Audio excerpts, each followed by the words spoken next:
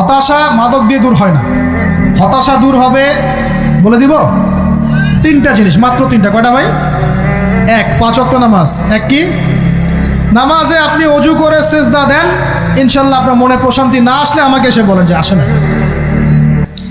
চোখের পানি, মনের আবেগ যা আছে আপনার ভিতরে, কষ্ট, দুঃখ, যন্ত্রণা, সব আল্লাহকে ঢেলে দিবেন ইনশাল্লাহ। নিজের আবেগ ধরে রাখবেন এখানে, আপনি আল্লাহর জন্য ঢেলে দিবেন। মানুষকে আবেগ দেখা কি লাভ? মানুষ আপনার চোখের পানির মর্ম বুঝবে? মানুষ কি মানুষের চোখের পানির মর্ম বুঝে? আপনার পিতা যদি মারা যায়, আমার কাছে এসে দোয়া চান কান্নাকাটি করে, আমি দোয়া করতে পারবো, কিন্তু আমি কিন্তু আপনার ফিলিংসটা বুঝতে পারবো না। আপনার অনুভূতি কে বুঝতে পারবেন?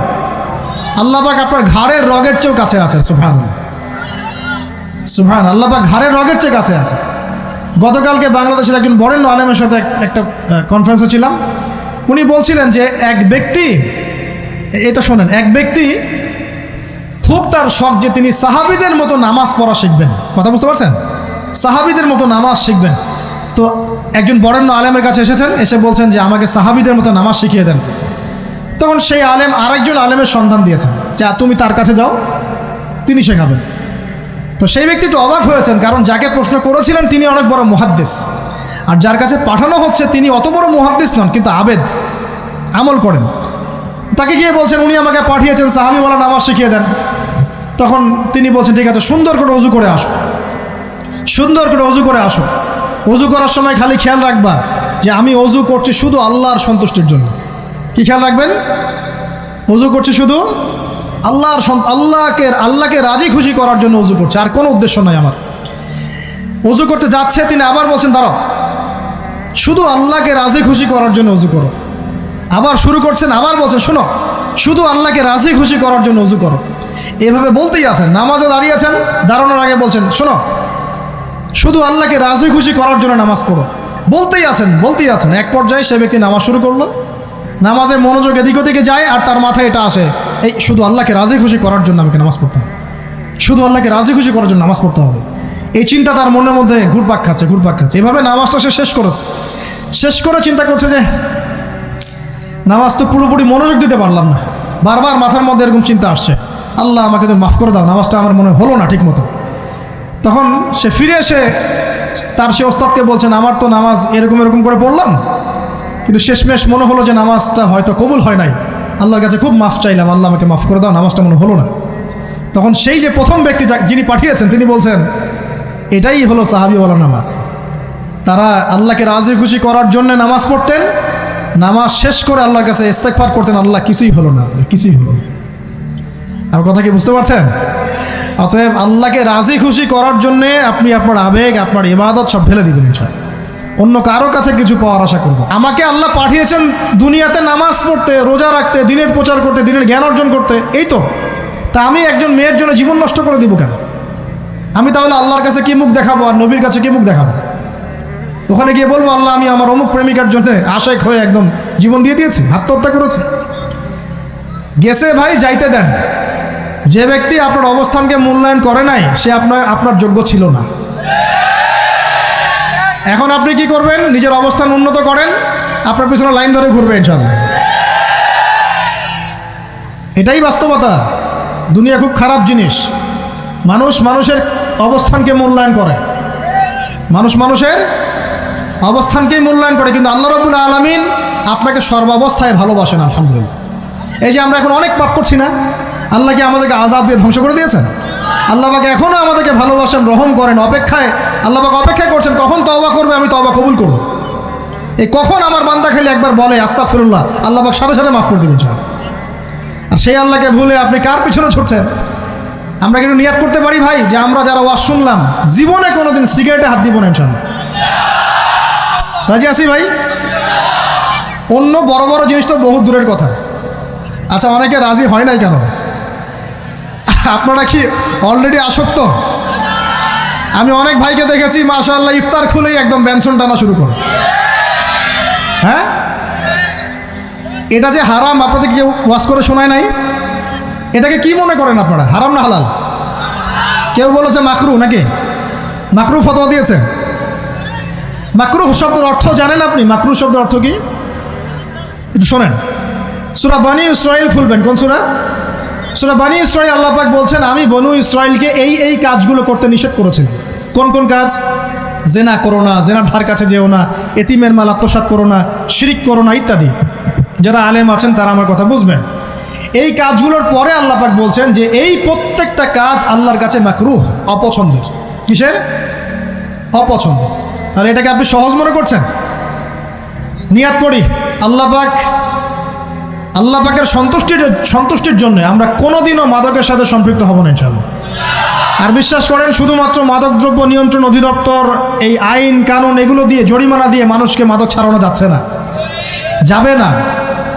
কেন যাবে না এটা আপনারা খুব ভালো করেই জানেন, আমি বলতে চাচ্ছি না। অনেক সময় মাদক বিরোধী কনসার্ট করে মানুষ, মাদক বিরোধী কনসার্টে ওঠার আগে এক বোতল ডাইল খেয়ে আসে আগে। এগুলো কি বাস্তব কথা বলছি না অবাস্তব কথা বলছি? আমাদের যুবক ভাইরা কোশ্চিনকালেও মাদকের ধার কাছে যাবেন না ইনশাআল্লাহ। একটা হাদিস খালি মনে রাখেন, এই হাদিসটা মনে রাখেন। নবী সাল্লাল্লাহু আলাইহি ওয়াসাল্লাম বলেছেন, কেউ যদি মাদকদ্রব্য সেবন করে তার 40 দিনের নামাজ কবুল হবে না। সিগারেট একটা খেয়েছি, 40 দিন নামাজ নাই। এরপর যদি সে তওবা করে আল্লাহ মাফ করে দিবে। আবার যদি মাদক খায় আবার 40 দিন কবুল হবে না। যদি আবার তওবা করে আল্লাহ মাফ করে দিবেন। আবারও যদি খায় আবারও 40 দিন কবুল হবে না। আবারও তওবা করলে আল্লাহ আবার মাফ করে দিবেন। চতুর্থবার সে যদি মাদক খায়, আল্লাহ রসুল সাল্লাল্লাহু আলাইহি ওয়াসাল্লাম বলছেন, আল্লাহ পাক কিয়ামতের মাঠে তাকে তিনাতুল খাবাল পান করাবেন। কি পান করাবেন? তিনাতুল খাবাল। সাহাবীরা বললেন, ইয়া রাসূলুল্লাহ, এটা কি তিনাতুল খাবাল? কি? নবী সাল্লাল্লাহু আলাইহি ওয়াসাল্লাম বলছেন, এটা হচ্ছে জাহান্নামীদেরকে আযাব দেওয়ার পর তাদের রক্ত মাংসের যে পুঁজ বের হবে, এই যে ড্রিঙ্কস, জাহান্নামের হার্ড ড্রিঙ্কস, এই ড্রিঙ্কসের নাম হলো তিনাতুল খাবাল। আল্লাহ পাক আমাদের সবাইকে মাদক থেকে বাঁচিয়ে রাখেন। আমল হচ্ছে কোরআন তেলাওয়াত। যে ব্যক্তি কোরআন তেলাওয়াত করতে পারে নিয়মিত, তার মনের মধ্যে এই হতাশা, এই ভীরুতা, এই কাপুরুষতা কিচ্ছু আসবে না ইনশাআল্লাহ। আমি গ্যারান্টি দিচ্ছি আপনাকে, হতাশা আসবেই না আপনার মনে যদি আপনি কোরআন বুঝতে পারেন। কোরআনের একটা আয়াত নিয়ে কোনো সময় দেখা যায় 2-3 ঘন্টা সময় পার হয়ে যাচ্ছে, আয়াতটা ছেড়ে সামনে যেতে পারছি না। কোরআনের ভিতরে ঢুকলে আপনি দুনিয়ায় ভুলে যাবেন কি হচ্ছে আশপাশে। আমি এমন অনেক আলেমকে দেখেছি যে একটা বই, পাতলা একটা বই, আরবি বই নিয়ে পড়া শুরু করেছেন, ওই যে ফজরের পরে জোহরের ওয়াক্ত হয়ে যাচ্ছে, বইটাই শেষ করতে পারেননি এখন। বুঝতে পারবেন না, যখন আপনি ইলমের ভিতরে ঢুকে যাবেন, কোরআনের ভিতরে, হাদিসের ভিতরে, আপনার দুনিয়ার খেয়ালই নাই।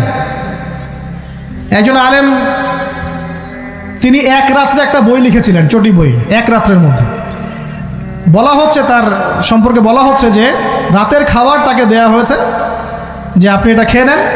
তো সে খাবারটা পাশেই আছে, খাবারটা খাবো, এটা লিখে খাবারটা খাবো, এরকম তার চিন্তা ছিল। ফজর হয়ে গেছে, বই লেখাও শেষ, খাবার এই অবস্থায় পড়ে আছে, ডুবে গেছেন ভিতরে, খাওয়ার মাথায় তার খেয়াল নাই। এরকম হয়। একজন মনীষী, বিখ্যাত মনীষী, রিয়াদুস সালেহীন কিতাবের রাইটার, সংকলক আল্লামা নববী রাহিমাহুল্লাহ, এরকম সারা রাত চলে গেছে, পাশে 2টা খেজুর, ওই 2টা খেজুর খাওয়ারই সময় পান। হাদিস নিয়ে গবেষণা করতে রাত পার হয়ে গেছে। আমি বলতে চাচ্ছি, যখন ইলমের ভিতরে, কোরআন হাদিসের ভিতরে ঢুকে যাবেন, আপনার দুনিয়ার খেয়াল আপনার চলে যাবে ইনশাআল্লাহ। এই টেনশন, হতাশা, এই সেই বাদ, তখনই আল্লাহ পাক আপনাকে তার পক্ষ থেকে রহমত দিবেন, বরকত দিবেন, আল্লাহ আপনার দুনিয়ার কাজগুলো করে দিবেন ইনশাআল্লাহ। তখন দেখবেন কেউ আপনার দুনিয়ার ওই কাজটা করে দিয়েছে, কেউ ওই কাজটা করে দিয়েছে, কেউ বাসায় খাবার পাঠিয়ে দিয়েছে, আল্লাহ পাকই এগুলো করাই দিবেন ইনশাআল্লাহ। তো প্রিয় ভাইরা, মাদকে যাবো না আল্লাহর কাছে আসবো? 2 নাম্বার কোরআন তেলাওয়াত, 3 নাম্বার আল্লাহর জিকির। 3 নাম্বার কি ভাই? আল্লাহর জিকির। চলতে ফিরতে সব সময় মুখ চলতে থাকবে, মুখ না চললেও মনে মনে মন তাজা থাকবে, মনে মনে জিকির হতে থাকবে। মনে মনে জিকির করতে পারেন? মুখ নড়বে না, কিন্তু মনে মনে আপনার একটা জিকির হতে থাকবে, সুবহানাল্লাহ বা আলহামদুলিল্লাহ, লা ইলাহা ইল্লাল্লাহ, আল্লাহু আকবার। পারা যাবে?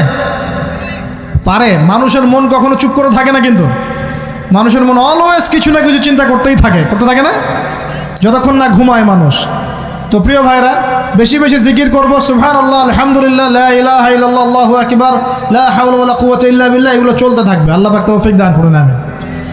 আমরা আমাদের সমাজে যুবকদেরকে এরকম টিকটকে দেখছি, অনলাইনে আসক্ত দেখছি, জেনায় আসক্ত দেখছি, পর্নোগ্রাফিতে আসক্ত দেখছি। আমরা দেখছি আমাদের যুব সমাজকে মাদকে আসক্ত, কিশোর গ্যাংয়ে আসক্ত। এইগুলো কি আমাদের কাম্য ছিল ভাই? আমাদের কাম্য ছিল?